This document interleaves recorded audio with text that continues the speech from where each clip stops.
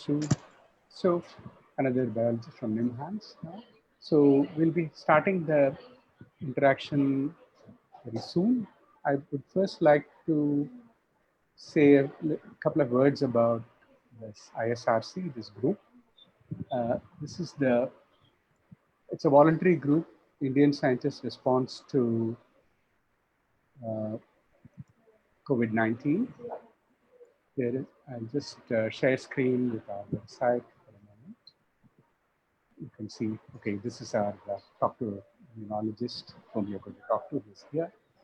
Now, on the right, you can see that we have this call-in series, Ask a Scientist, where we have in Indian languages, we have twice a week interactions. We have had Marathi with Deepa, Tamil, Kannada. Uh, we had scheduled one in Bangla, but Amphan has made us postpone it for now. So we have these, if you look at for public, we have something on busting hoaxes, where we're looking at things that come up on media, a lot of fake news, and debunk it with scientific evidence. There is infographics on these. There is a Q&A, questions that have come from people. Then in the daily life and COVID-19 series, we have various resources on mental health, on hygiene, lockdown, specific service workers, problems for people who are doing deliveries, problems of shopkeepers, problems of caregivers, a whole lot of such issues. And then we have something on societal issues. And then you have quite a bit on mathematical modeling. There is a group, active group here, which has been developing this model called InSci-Sim, which you can use to look at the spread of the disease in state-wise, in different cities, and run the model. The tool is available as well. And then there is also for the public explaining models of how these things work. And we have had these online symposium on modeling. So you have many resources of this kind. So I welcome everyone to take a look at these resources. And very importantly, all these resources are available in multiple languages. For instance, if you go to the COVID-19 hoaxes, you'll see that all these resources are available. So there are 14 languages listed here, and then English and Portuguese. So it's something that ISRC considers very important, that all this information is provided in multiple languages. In the daily life in COVID series, you will find that you have voiceovers, audio videos, and you have professional storytellers giving narrations of some of the stories that you also had a couple of scientists produce a play and produce it as on an audio platform. Okay, so all this to say that, apart from these interactions, there are many offline resources that people can make use of as well. Please visit our website and take a look at them. And we welcome comments and suggestions for what we want to do. And for those who want to join the group, please write to, you can go to the group page and join. And one last word is that we are always looking for volunteers, especially for those who can translate stuff in Indian languages. We want to produce a lot of material in every Indian language that we can work with. And so we request people to volunteer for this. Okay.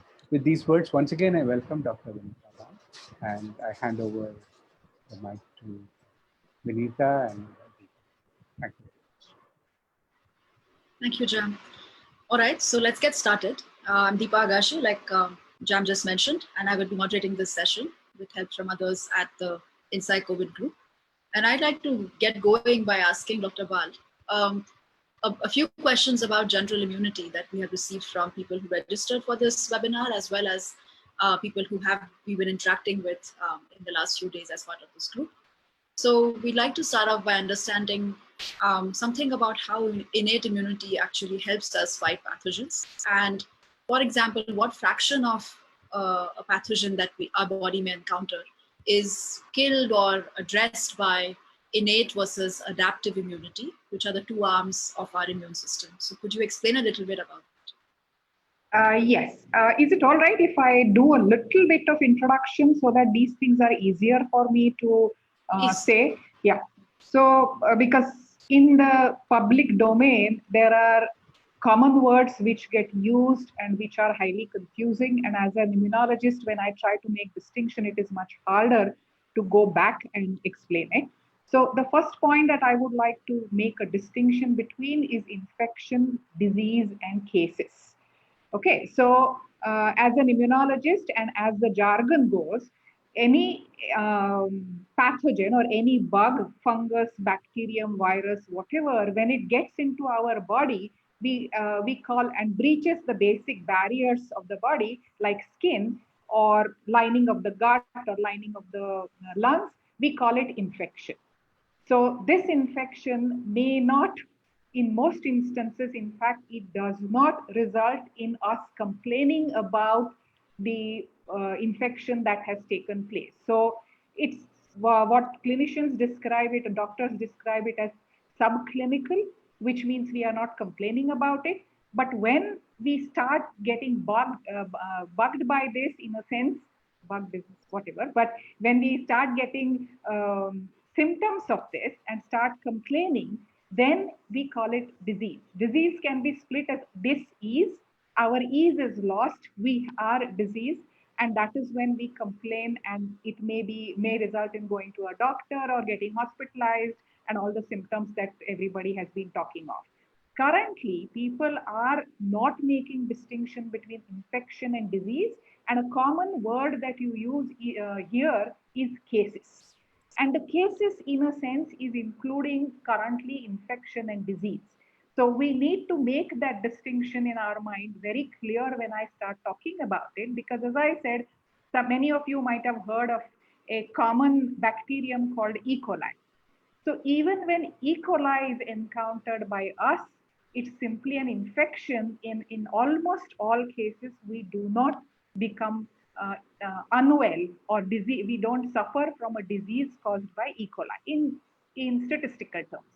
But similarly, for most of the viruses, also we do get infected, but very, very uncommonly, we get unwell and we, complain to the doctor. So currently, if you look at the data that has been provided, published, how good or bad we will not go into, but anybody who comes positive with the QRT PCR test is declared as a case. Okay, so and sometimes it is called case, sometimes it is called asymptomatic case, sometimes it is called pre-symptomatic case. All of this creates a lot of confusion. So we do need to make a distinction. Most of us, especially in the age group of 10 to 50 years, without any what are described as comorbidities, meaning associated illnesses like diabetes or high blood pressure or some kidney disease or liver disease or something, if we are not suffering from this, in all likelihood, we will probably fall into the infection stage. We will hardly ever complain about, oh, I'm not feeling well. So a minor cough here or a little bit of feeling of feverish and that going away on the next day or two, or in particular in COVID-19, in a subgroup, there is also an acute loss of sense of smell and taste. So this happens in a subset, but these will come and go. And before you realize, you are back to normal, and that is the problem. No. Sorry, Vinita, please continue. Okay, so that is a problem because of which the disease spreads so rapidly. So this is what I wanted to give out as basic preamble. And in 80 to 85% of the instances, it is only infection and it is not associated with even a mild disease or forget about serious disease. So out of the remaining 15 to 20%, about again 10-15%. So total of 90-95% of the people who are infected by this SARS-CoV-2 virus from which we are suffering as a pandemic, they are in getting infected and do not need hospitalization. This is what we need to understand. Reason why I'm saying this is there is major fear going on everywhere. Everybody is thinking, oh, tomorrow I'm going to die if I get infected. So the most of us don't even know when we are infected. When will we know when we are infected? Two things can happen. One, if there are symptoms, somebody might actually take a nasal swab or a throat swab, and there will be QRT PCR done, and that will be the diagnosis that if you are positive, you are infected. The other is if I had, say, a mild disease about which I never complained, and 15 days later I wondered.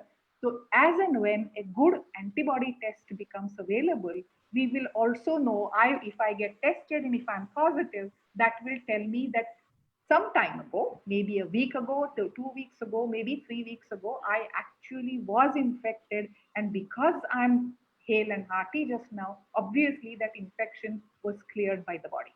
So this is something that we need to know as a backgrounder. So when I talk about infection, I mean that you don't notice what is going on. When I say disease, you notice what's going on. Okay, so that's the background. And now let's go to the original question, how much is the contribution of so-called innate immune system and adaptive immune system? So innate immune system is the first system which comes into action, whether it is a virus or a bacterium or a fungus, or sometimes even say pollutants, because you must have been hearing about these particle sizes. So essentially, any particle which enters the body tends to trigger a first line of defense, which is innate immune response. So you can imagine that viruses would trigger it, bacteria would trigger it, and it is not specific for a particle of this kind versus that kind. So it's a generalized response. It is not exclusive for the given bug that we are interested in, say COVID-19 or SARS-CoV-2, and it will be applicable to anything that you see otherwise. The extent might be a little more, little less, but that response is called innate response because it comes up much faster. It helps in restricting the spread of the infection in many instances. So if it is, say, infection, not in this case, but you say it is infection of the skin because there was something that bit me or something, the innate immune response will see to it that it does not spread in my blood and does not go all over the place. So that early containment of the bugs is what is very well taken care of by the innate immune system. But once the bug is inside, the adaptive immune system, which consists of T cell responses and B cell responses, or what we commonly know as antibody responses, both of these also get triggered. But they are slow to come on the scene because they are very specific. So if, for example, everybody might have heard that there is so-called receptor protein of the SARS-CoV-2 virus. So if that will have a particular shape, so the antibody would of a particular shape only, which is complementary to this receptor, will bind to it. This takes time to figure out which of the multiple antibodies which are present in our body will actually fit well. So it is what people describe as lock and key arrangement, but you can't have every key for any lock. So that lock and key arrangement needs to be figured out, and that is why the adaptive immune system is slow to respond, but it is specific for the bug that we talk of. So if normally in most people who are reasonably healthy, the innate immune system would contain the infection, which means it will not allow it to multiply very much, but it will still go further, and that little or more multiplication, depending on the host factors, would be responsible for triggering the adaptive immune system. So it's not so easy to say 80% is taken care of by innate versus 20 by this, because it depends on a variety of factors. But you do need both the systems in the body. If somebody is deficient in innate immune system, the person is highly susceptible. If somebody is deficient in adaptive immune system, the person is phenomenally susceptible to all sorts of infection, and these are normally what we call immunodeficient people. So I'd like to ask a follow-up question that relates to what you mentioned in your answer here about healthy people having a regular immune response in some sense. So one important aspect of health, of course, is food, and we know that good nutrition is great. Could you tell us a little bit about how having a healthy diet or just basically having nutritious food helps in maintaining, I mean, where does it feed into this complex immune system that we all have? Okay. So the good healthy nutrition is required for functioning of every system in the body.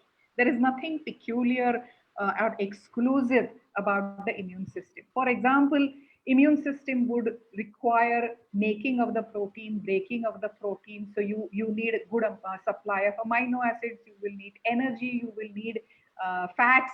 All of these are required for different parts of the immune system, as well as say skin, as well as say respiratory system, as well as in the gut. So there isn't anything so peculiar about the immune system that these nutrients are essential, and without it you cannot function. If the nutrients are deficient, seriously deficient, then all components of the body will be compromised to some extent. So that's the basic thing. And people are really, really fond of saying that, only if you have, if you take multiple vitamins, and if you take this, and if you take that, and vitamin D3 is supposedly very useful, and so on and so forth. For people who have joined this webinar, I should say, I'm specifying it in the sense that those of us who can afford to have a laptop or a smartphone, and who have internet connection, and who are who are familiar with English as a language. So we are talking about a certain subgroup in the society. So if we look at this kind of group of human beings, most of us are reasonably well nourished. We do not fall either into the malnourished, undernourished category, which we saw various pictures of the migrants who were really, really in a bad state. As it is, they are very heavy workers and do not get a lot of food to eat, even when they are earning. They are mostly the daily wagers or whatever. So in general, they are towards the undernourished side. There is another side which is called people who are very, very obese, for example. So obesity is also malnutrition in a sense. It is not falling within the so-called normal spectrum of the body. So people who are very obese also have a low level of persistent inflammation in their body. So so that also makes them a little more vulnerable than even me, though I am not necessarily obese or overweight, but people like me who are not necessarily very fit as a fiddle, but I'm still reasonably well fed. This is how it will be. And most of us should not worry too much about whether I'm undernourished, unless you fall into those categories that I mentioned. So should I eat vegetarian food? Yes. Should I eat non-vegetarian food? If I like, I should eat it. There is nothing wrong with it. Do I need to take multiple supplements, as 10 times the dose of vitamins, just because it is COVID-19 around? No, you don't. If you are taking it regularly, continue with that. If you are, say, you have deficiency of certain vitamins because of some other problem, you do need to continue with that, but you don't need anything really special or going out of the way to make yourself very fit and nutritionally great. Most of us are in that category, and that most statisticians know this very well. We talk about the normal distribution curve. So if you're talking about that normal distribution curve, most of us fall into the mean plus minus 2 SD standard deviations, and most of those people are quite okay to respond not just to COVID-19, but to Japanese encephalitis, to malaria, to tuberculosis, and so on and so forth. We can talk a little more specific if we want to later. Mm-hmm. So actually related to that, listener's question has just come in saying, what about people who have specific immune suppression problems for various reasons? And let's say, should their diet be special? Should they focus on a particular food item that would help their body, particularly in case of a disease like this? The answer is in a sense simple. What you were taking before COVID-19 came on the scene, continue with that. That's as simple as that. So if you were asked to take XYZ, sometimes people do not have enough of micronutrients or the very many metals that we have, zinc and manganese and so on and so forth. Sometimes they need supplemented. Sometimes even sodium potassium needs to be supplemented because people are in a stage where their renal kidney balance is not perfect. So sodium potassium levels will go up and down. So this is something that is independent of COVID-19. We don't need to take anything special. If you are immunodeficient, what needs to be done? And when I say immunodeficient, one category I can simply take as an example, which is say HIV infected patients or people who are on cancer chemotherapy. So they are getting drugs which make you somewhat compromised and immunodeficient. In such case, because COVID-19, the virus SARS-CoV-2 is so efficient in infecting everybody and anybody around the person who is infected, we should stay, those who are vulnerable should stay away from such sources. So general outline that or guidelines that have been given is that if you have diabetes, hypertension, cancer, something else like, other kind of immunodeficiency, you fall into the vulnerable group, and do take care that you don't come down with infection, COVID-19. But you must have read even in the newspaper that some people with such vulnerabilities and additional risk factors have also recovered from the infection. There are higher chances that they will actually have disease, and I'm using the word more specifically now, disease, and possibly they might need hospitalization at much higher frequency. Related to this, a person who had previously registered had posted this question saying, how do we actually measure immune function, right? So of course it's harder maybe to sort of run a test in a real person who is a patient, but in the laboratory, for example, how do we know that such and such disease usually compromises a person's immune function? Could you tell a bit about the details there? Yeah. This is a very difficult question to answer, in the sense that normally the molecules that indicate immunity in the blood are molecules, I'm not talking about the cells, molecules that indicate immunity is the levels of what we call immunoglobulins, or many people know it as antibodies. Okay, but antibodies that are there, say in my blood, they have been accumulating for years on end, because I was exposed to maybe 15,000 or 1,500 or how many bugs, different bugs over the years. So there will be specific response against bug A, bug B, bug C, all of that will be antibodies. Those will be present in my blood.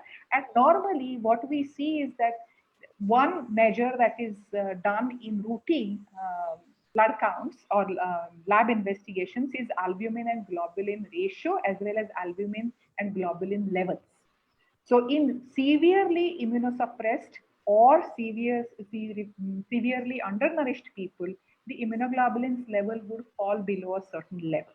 But if I'm talking about the normal distribution curve, you will find that most of us fall into the proper curve for into the -2 ST to +2 ST part of the curve, and that is not something that we will look for. So essentially, the what should I say? Pathogen or the bug-specific parameters of the immune response can be measured by taking blood, because in humans one would not take anything else but blood. Even blood is invasive.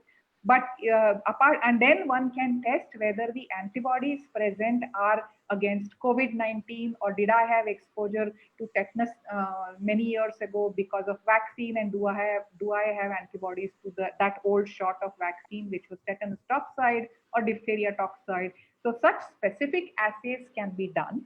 But as I said, generally I am fit and or not, and what are the immune parameters to tell me that is a very difficult thing, because unless there is severe compromise, it will not be seen.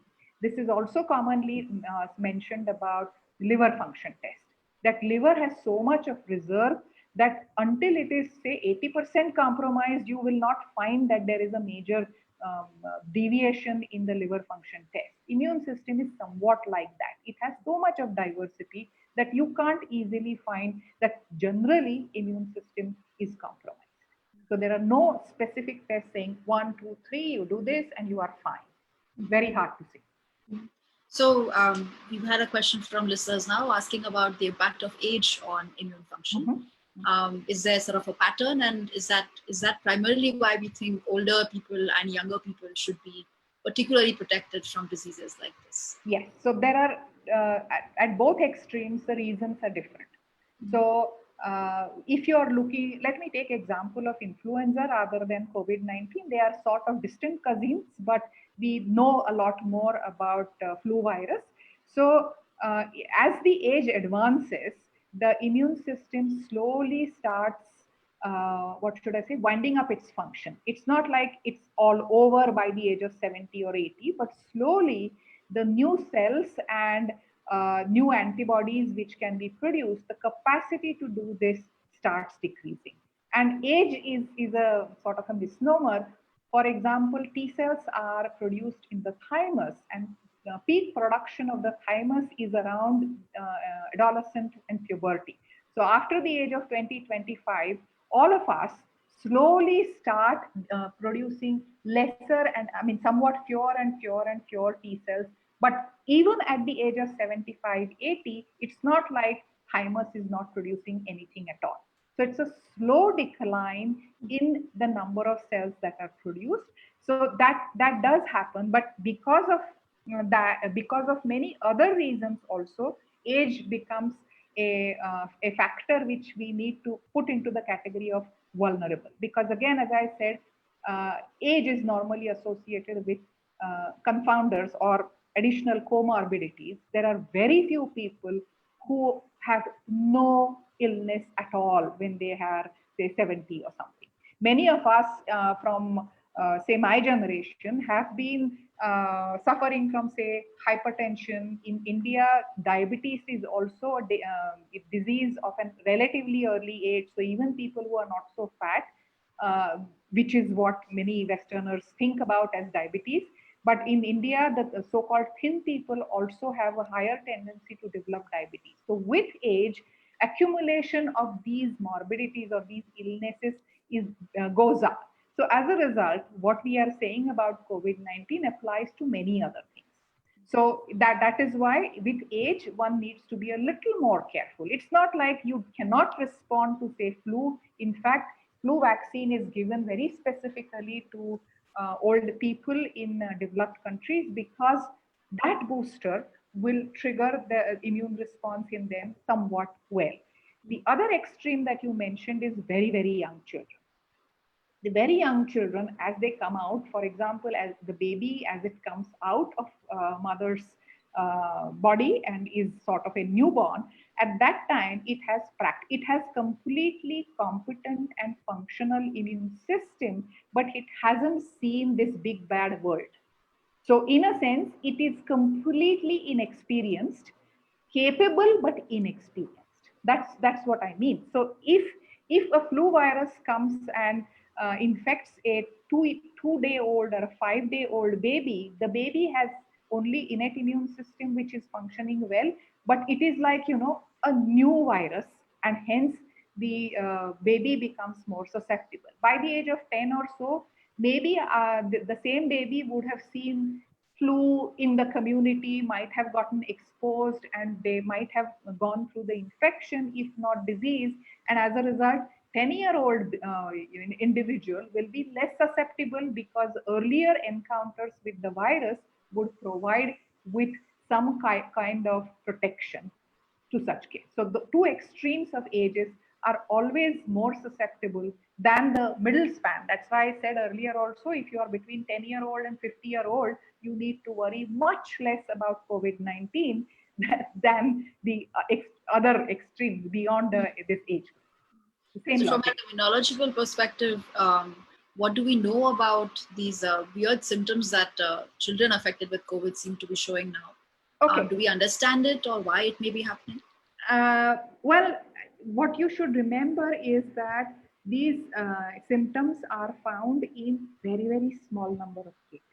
One thing is, quite surprisingly, until pretty recently, children were relatively less affected by COVID-19. While I said normally one expects them to be affected because they are not exposed to it, but you have to remember here that COVID-19 is a new virus on this earth for human beings. So all of us were essentially pretty much like babies, that we were not exposed to it. So all of us are coming down with infection. So that's something that is happening. And sorry, what was the question? Sorry, I couldn't lost. hear you. I Oh. lost Yeah. track. The question was, do we know from an immunological perspective why children may be presenting such different Okay, symptoms sorry. or outcomes of the Yeah. disease? So got it. Sorry, I went Yeah. off on a tangent. So what is seen is that as it is, there are relatively fewer cases. And when I say now cases, I mean children who are admitted to hospital and either have lung problems or other problems because of COVID-19. As it is, if you look at the age distribution, children are found in at much smaller frequency. Of that small frequency, there are case reports, as they are described in medical literature, where a vascular problem had cropped up, something else had cropped up. So these are still rare instances. So we know the pathological description, but it's not easy to simply look at the pathological description and say, oh, we know exactly what the virus must have done into the young child's body, and that is why this has happened. Because obviously it hasn't happened to most other children, but an occasional one. So notion of statistics is something that is important, and that is why initially I said that 80 to 85% of us are not going to fall ill with COVID-19. Similarly, not everybody, so even of the remaining 10-15%, those who will need ventilator are also at a very small frequency. So frequencies matter, and if the frequency is very, very small, it becomes that much difficult to understand what the pathology is, because these are rare events. So unless you do an animal model of it and then try this versus that to figure out what might have gone wrong, it is very hard to do it. So there is a name that has been given to what is found in children, but I can assure you it is not very common. But because we feel very concerned about children or very old people, it feels bad when I say it gets blown out of proportion, but one has to remember that this is not a common event. So I just like to take a quick pause here to remind our audience that those of you who are viewing this on Facebook can please type in your questions in Facebook, and a team member will relay them to us here. And on Zoom, I think everybody is already putting in their questions as it is. And there's a lot of questions. So I'm trying very hard to compile all of them and condense them.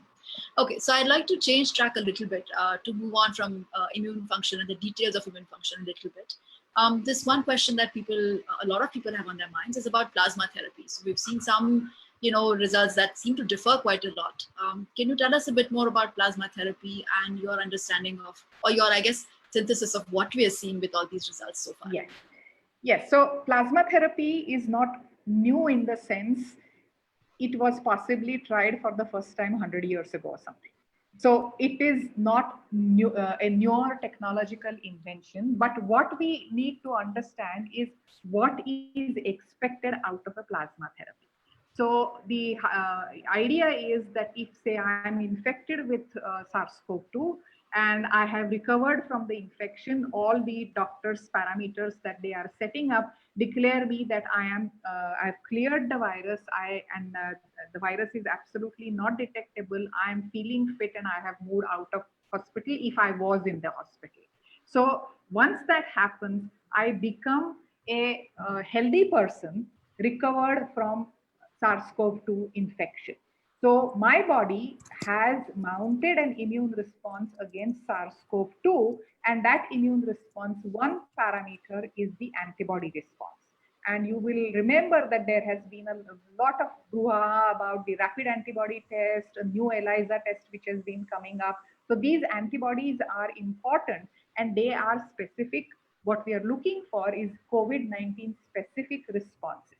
So every response that immune system puts out in response to a virus like SARS-CoV-2 does not give us quote unquote protection. So only a subset of immune response provides us a protection. For example, we were talking earlier about the receptor. So there is a receptor, there is a ACE2 receptor, and there is a receptor binding protein of the virus. So if this receptor and receptor binding protein interaction can be blocked by some means, then the virus cannot use ACE to get into the host cell and then spread further.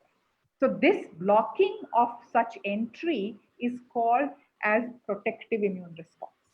Okay, but every antibody which is generated in the body does not do this function, because SARS-CoV-2 as a virus has many proteins and many antibodies will be generated. So out of say 100 units of immune response generated, only 5 to 10%, sometimes maybe 20%, but certainly nowhere closer to 100% is the protective component of the immune response. Can I just quickly interrupt here just to ask? So we've heard this term neutralizing antibodies. Is that the same as protective? Yes. Yes, I was not sure whether that will be easy to follow, but yes, it neutralizes the interaction or stops the interaction, and hence it is protective. It's neutralizing antibody or protective antibody. Both will be approximately have the same. Okay. Sorry, I interrupted you. You were saying something. So this protective antibody, so from the people who have recovered from COVID-19, how much of their plasma will have this protective antibody is not predictable. That the antibody produced and the T cell response produced was robust enough for recovery. That we know. But does that mean there will be 3 microgram per ml antibody of the neutralizing kind, now that we have talked about neutralizing, or 30 microgram per ml? We have no idea. It needs a proper testing to be done, and those assays are much harder to do. It's not like simple ELISA. It is normally a cell-based assay, so it is harder to do. So one individual who has recovered from SARS-CoV-2 outbreak as infection, the another one and the third one, if we take 3 different people, their antibody levels, which will be useful antibodies, may be widely varying. And we don't know that because we are in a hurry, it's a crisis. So take plasma from one recovered patient and give it to somebody else. And if the recipient of this plasma, who is again a serious patient, he has not recovered, there would be 2-3 different options. One, the patient was really in such a bad shape that nothing would have helped. One possibility. Second, the antibody given was there, but it tried to do a little bit, but it did not do anything much. So it did not provide adequate protection. How do we standardize this? That is required, and for that, the convalescent plasma, as it is called, from the recovered person, that plasma needs to be tested for the amount of antibody, which means essentially you are going through a lengthy process of standardization. In a crisis situation, as we are declaring it to be, it's not so easy to do so much of titration. In fact, even for vaccines, there is an effort to take some shortcuts. So similarly, so plasma therapy might be used very, very successful if it is given early. So I am infectious, I'm not really gone to the ventilator stage, but I'm feeling like I'm getting hospitalized. At that point, if a good source of plasma is used, I might just recover in 2 days and come out. But if I am already in a stage when there is what people call a cytokine storm and many other problems of the pathology, and the plasma provided is not having enough antibody, I'm a bad case for recovery. That's how things will be, and that's why there is no standardization. So while it is an old, in 100 years ago, nobody tried to do that, because we were, in terms of technology and the medical health, we were much more primitive than we are today. So it was used, but still, if we want to use it today, it will need standardization. I want to move to another question that is very frequently being asked by people who are listening in, and that is how how much do we know about the innate immune system's response to this particular virus? Is that something that we understand very well? Because we've discussed quite a bit about antibodies and how Mhm. the adaptive immune system would work. What do we know about the innate immune response for The the new innate, coronavirus? yeah, the innate immune responses would be the same whether it is, say, SARS-CoV-2 or SARS-CoV-1 or flu virus. Because as I said earlier, the point is that innate immune responses are sort of standard responses. They do not change much. So if you take 5 different viruses of, say, RNA viruses, SARS-CoV-2 happens to be an RNA viruses, the response will be of a similar kind. If you take bacteria, because they are different creatures and they will have different kinds of immune responses, they will have a set of responses which will partly overlap with antiviral responses, but they will not be remarkably different. So in that sense, of course, innate responses will be contributing, and as I said earlier, they will help in localizing infection if that is possible, so that the spread will be less. And if the spread is less, then fewer cells are infected, which means the total number of viral particles which will eventually come out will go down that much. So innate immune system works, but as I said, it will be a common kind of response. Mhm. And it has cellular component, and it also has some cytokine component, multiple components. I thought I need not go into the details. Sure. So one question that's on everyone's mind is, once you get infected, can we get reinfected? And how long does this immunity to COVID, how long do we expect it to last? Is reinfection possible? Is it even more dangerous than the first time? Uh, the immunologist's answer to this is wait and watch. Reason is this is a new virus. So because this is a new virus, while we are predicting many things based on how its cousins have behaved in the human population, including flu viruses or SARS-CoV earlier virus. So and other viruses also. So we are predicting patterns based on that, and that is why it is a process which is a continuous learning process. So while we know that there are neutralizing antibodies which are produced, which normally provide protection, as I mentioned, which means this virus is capable of producing a neutralizing or protective immune response. These protective immune responses give us long-term immunity. And how long this immunity will last, we still have no idea, because as human beings, we have encountered this virus for the first time. So is it 6 months? We don't know. Is it 12 months? No idea. In the RNA viruses, there are problems at times, especially we know about flu, that it mutates so rapidly and so frequently that immune response which was mounted last year may or may not give me protection, complete protection this year. Whether this virus will fall into that category, we will have to wait, and these will only be retrospective data which we will be able to understand, and not really predict with 100% guarantee at all. Mhm. Okay. Um, the symptoms of COVID-19 vary a lot across different people, not only across age classes, but even within an age group. Is this a property of this class of viruses, of coronaviruses? For example, did we see something similar in SARS in the epidemic of 2003? Or is this something peculiar to this virus, the specific species, or is this, this is what happens sometimes? It happens in the sense,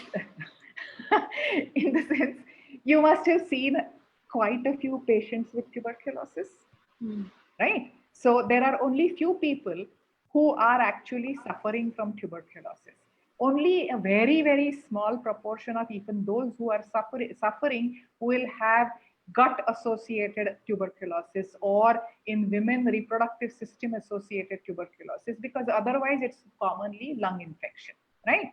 But what you probably, or many people who might be here in the audience may not know, is that most of us are exposed to or do get exposed to Mycobacterium tuberculosis, which is the causative organism for bacterium for TB, and we keep mounting immune responses. So all of us practically in India will have immune responses directed against M. tuberculosis. How many of us actually are patients?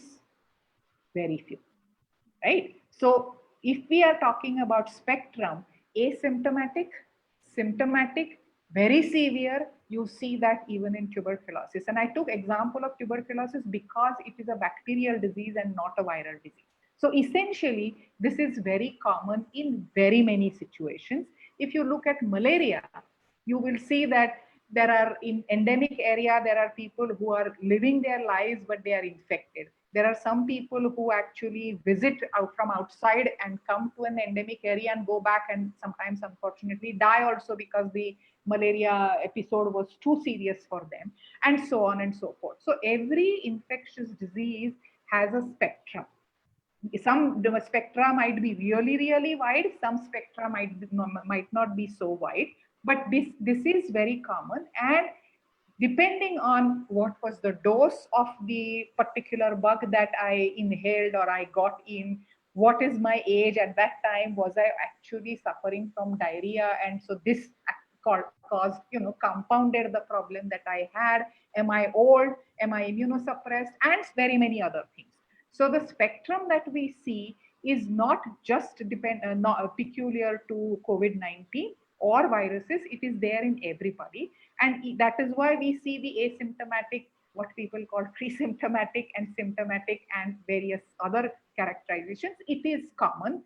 What is important to note is sometimes this asymptomatic, which I was saying is about 80 to 85% in the COVID-19 situation, may not be 80 to 85%.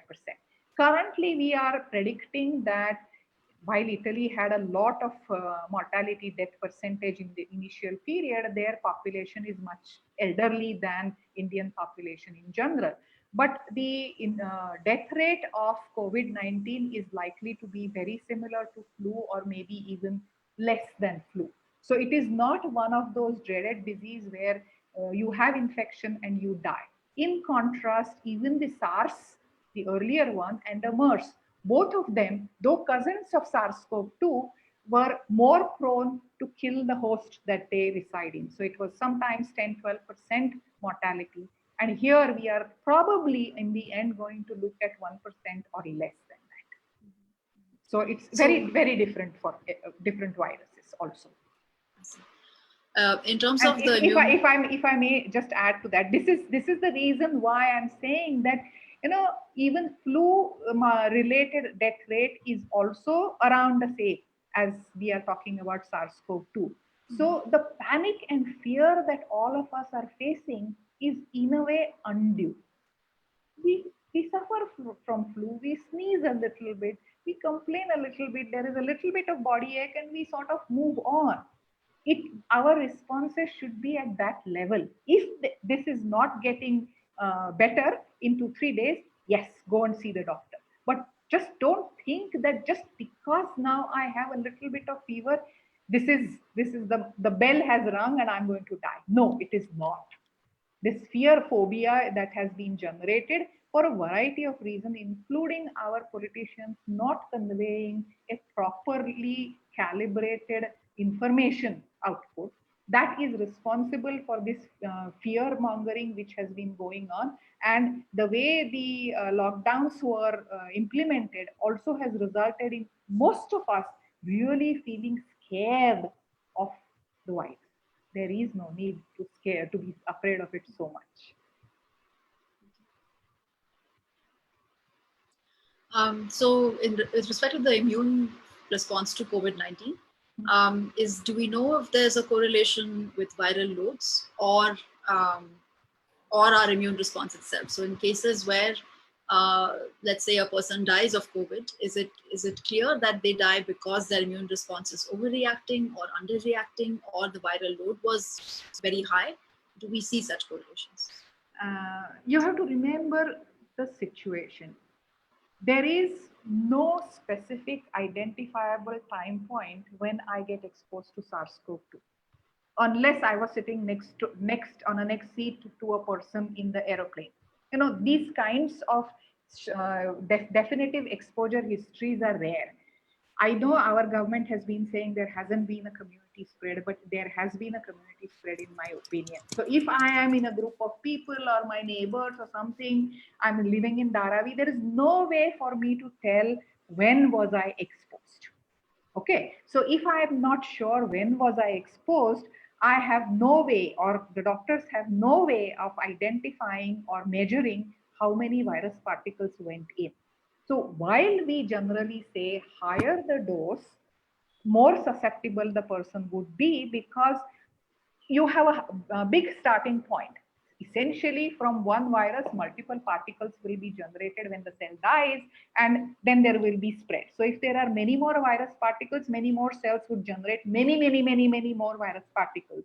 So essentially, it's like a sort of a chain reaction, that there will be many more infected cells, and hence the patient's immune response to be built up enough so that all of these different cells are killed, or neutralizing antibodies would work, so that there is no further spread of the from the one infected cell to another infected cell, one infected cell to another healthy cell. This is something that we have no way of estimating. What do we need for that? There is that is why, and very often, animal models for infectious diseases are very useful, so that I am giving, say, 10 to the power 5, so 10,000 or 1 lakh units of the virus, versus I'm giving, say, 1,000 units of the virus to a mouse, assuming mouse model is the right one. And then I'm tracking how good the immune response is. And then I can also see whether the mouse is immunocompromised in some fashion. If that is the case, how good or bad the immune response will be. So getting this baseline information from animal models and extrapolating it to humans is one way of understanding how the human infection is actually evolving within the different hosts. There is another way, which is not something that people are comfortable with, and there are many ethical issues associated with it. It is called controlled human infection, CHI, controlled human infection trials. So that those people who are willing, and I'm not talking about COVID-19 here because we don't have treatment for COVID-19, but say typhoid. If I want to understand a very good immune response with all the nuances of what happens in the human host, then I can possibly get, after due ethical considerations, consent, and a volunteer whom this can be the dose of typhoid bug can be given. As soon as he or she starts responding, there is a time period defined when antibiotic will be given, so that there will be no trace of typhoid bug left in the host. But in the meantime, immune system has come into picture, and we know when it will go up, when it will come down, how much diverse immune response will be, will there be neutralizing antibodies, and so on and so forth. It is called controlled, because we do worry about the donor or the volunteer who has been doing it. So this way one can also define the incubation period. Otherwise, it's I should say guess, but it is a difference in the duration. So is it 4 days? Is it 20 days? We always talk of incubation period as 4 to 20 days or 3 to 8 days. We never say 5 days. Reason is because we don't know when it started. And it depends on the dose, when the person will actually feel unwell and say the person has disease. So that's a problem. And that is why, like every other disease, this is also very difficult to say how much dose, how much expansion, what is the quantum of the immune response. I hope we will understand this at some point, but certainly not today with COVID-19. It's a new virus. I have a quick question to ask of you. Would you be willing to go a few more minutes longer, past 6:30? Sure. There are so many more questions that the audience has. Okay, I'm okay with it. I wasn't sure initially whether it's going to be just an hour or something, so I have kept margin. Don't worry. Go ahead. Wonderful. Okay. So can I ask you what kinds of questions, if you had to pick 2 or 3 questions which we would really like to see the answers to, and which you think would be very important to help us fight this pandemic at the moment, basic fundamental questions about the biology of this novel coronavirus. What is the top of your list? Because there has been talk about reinfection, which I did not properly address earlier. I think I just slipped up on that. But that is a question. So biology or immunology of the virus would mean that which cells are infected, is there priority in terms of affinity for the entry through the receptor, and so on and so forth. So that will be there.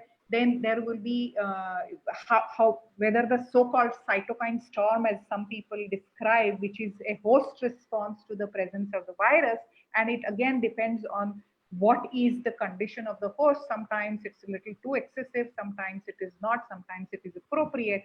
So what triggers, say, cytokine storm? Because we have been seeing this. Then some people actually, there was also talk about antibody responses and neutralizing responses that we talked about. Is immune memory going to be longer lasting? So characterization of the B cells that we find in people who have recovered, so-called potential for plasma, convalescent plasma.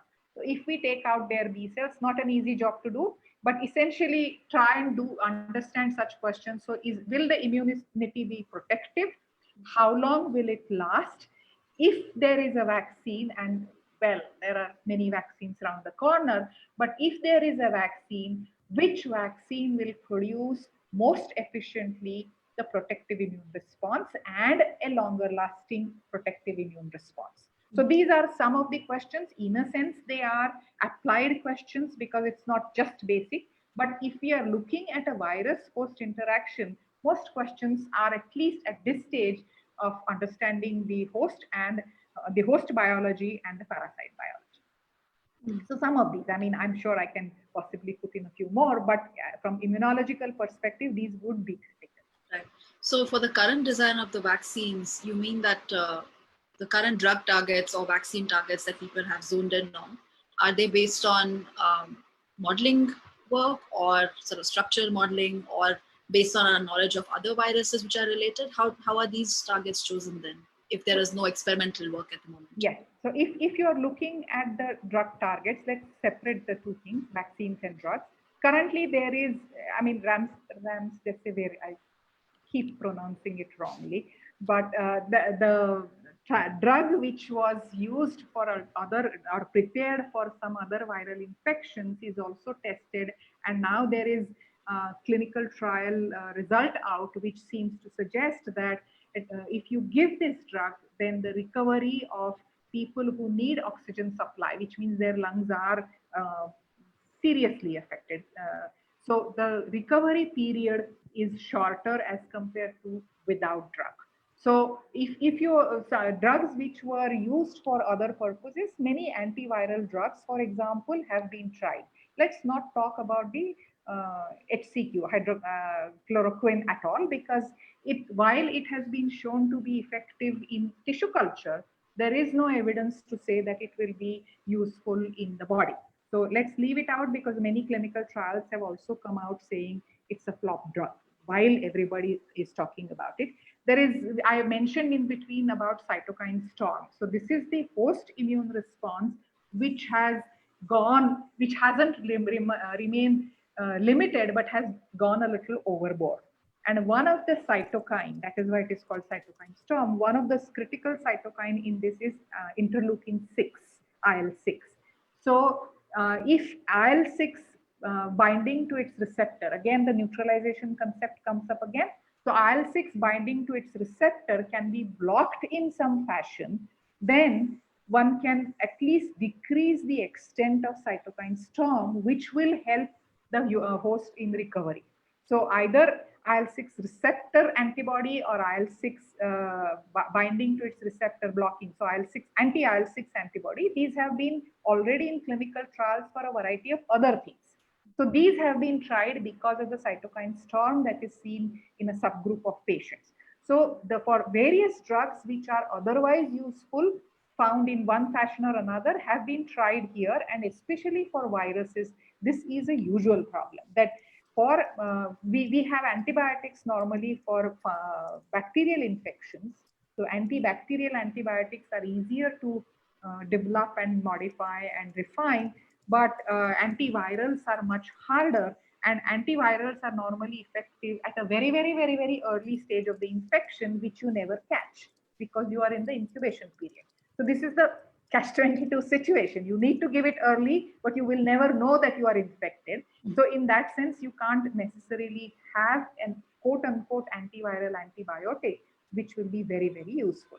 So this is the problem or the story with the drugs. If you're looking at the vaccine, as I said, people have realized that the receptor binding protein binding to ACE2 is a critical event for the entry of SARS-CoV-2 into the ACE2 expressing cells. These could be epithelial lining of in the lung, lining of the gut, lining of many other cells, including parts of the kidney. So what people have been trying is that if there is an antibody which can be generated, and this antibody has to be in reasonably high amount and with high affinity so that it will actually rapidly bind the virus particles and stop their penetration to the next round of susceptible cells. So if such an antibody can be generated by means of vaccine, then it can be a protective vaccine. But normally, if these antibodies are to be generated, they are IgG antibodies. And these IgG antibodies, this is getting into a jargon of immunology, but for the IgG antibodies, one needs help from T lymphocytes. So T lymphocytes helping B cells so that appropriate IgG antibody is produced. This is the sequence of events. So you also need not just antibodies, you need T cells which are specific for the virus, which will help B cells to produce antibody. So this connection also needs to be kept in mind. So when people are trying to develop vaccines, right now, from what I understand, there is one sort of killed virus kind of vaccine, which is one of the Chinese vaccines, which is also, I think, in phase 1 trial. There is also an mRNA-based vaccine. There is also adenovirus-based vaccine because they use adenovirus expression system is used to express SARS-CoV-2 proteins and so on and so forth. All of these are tried, and the logic is that we need to stop virus getting into the host cell. So how will you do that? That's the first entry point. So if there is already pre-existing antibody, you can stop it. But that antibody has to be there in large enough amount to do it. And as you know, antibodies are proteins, and proteins have a half-life in the body.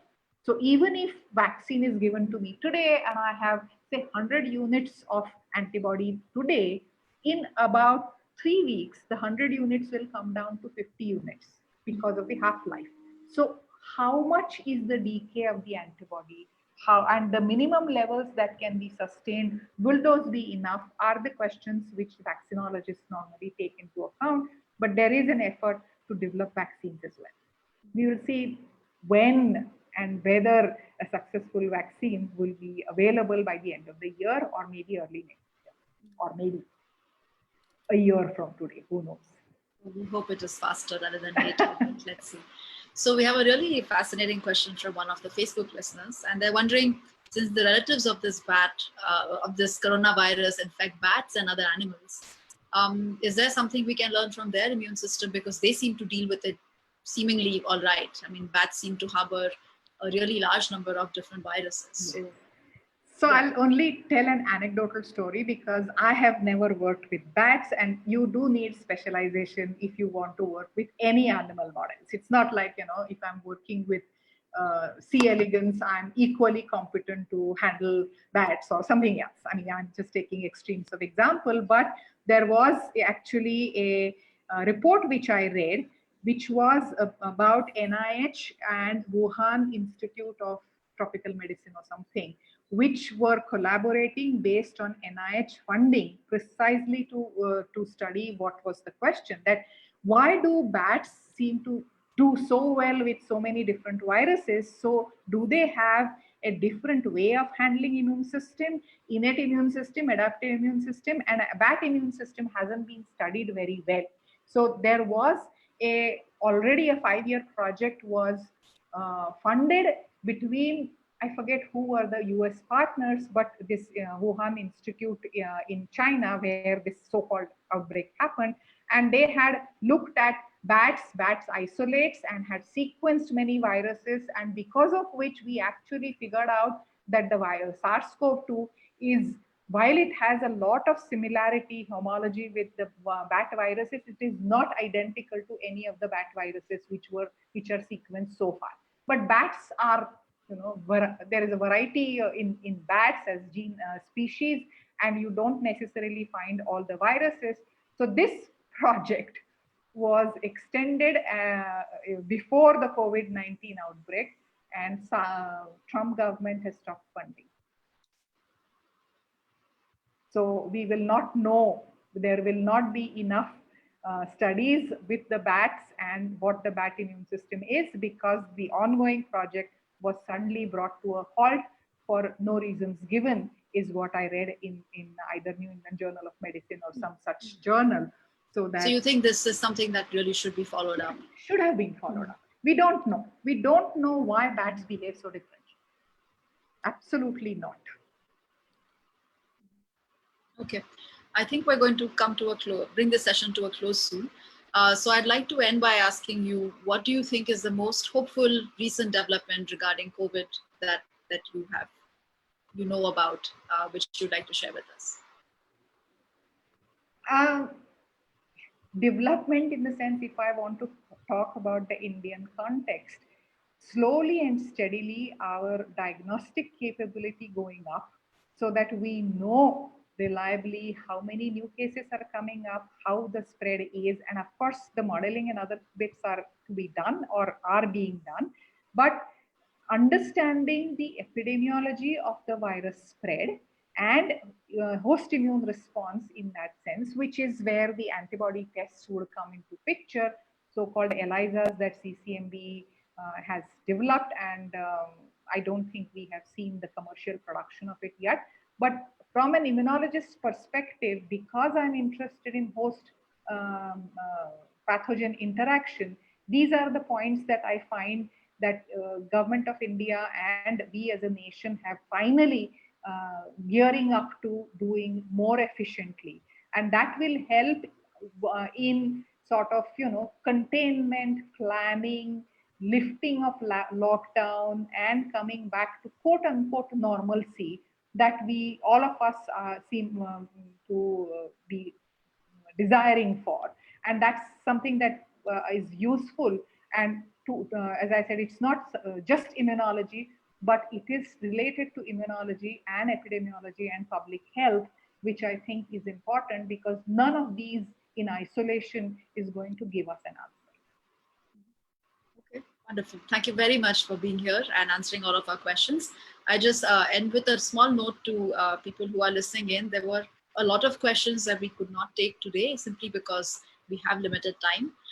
But please do watch the recording of this talk today and this interaction today afterwards on YouTube and Facebook if you can, because I think a lot of the questions that came in slightly later were discussed at least briefly in some of the earlier questions, which some of the audience members may have missed.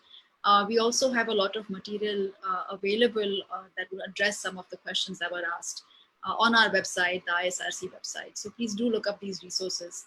And we hope that you'll join us for subsequent webinars where we can ask more questions and hopefully cover more ground with more of the audience.